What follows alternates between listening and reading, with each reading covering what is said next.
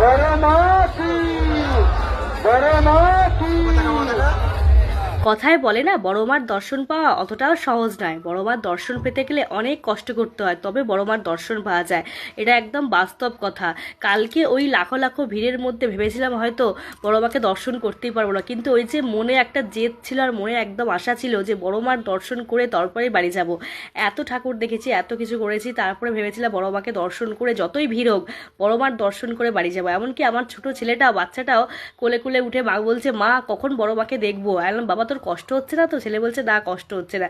ভাবতে পারছো তো একটা বাচ্চার মনে কতটা আশা যে বড় মাকে দেখবে, দেখে তারপর সে বাড়ি যাবে। তাই জন্য দেখো অবশেষে আমরা বড় মার দর্শন পেয়েই গেলাম। আর ওদিকে ভিআইপি লাইনও ছিল, কিন্তু ওই যে মনে একটাই জেদ ছিল যে এত লোকের মধ্যে, ভিড়ের মধ্যে ভিড় ঠেলেই তবেই বড় মাকে দর্শন করবো, ভিআইপি লাইনে দেখবো না।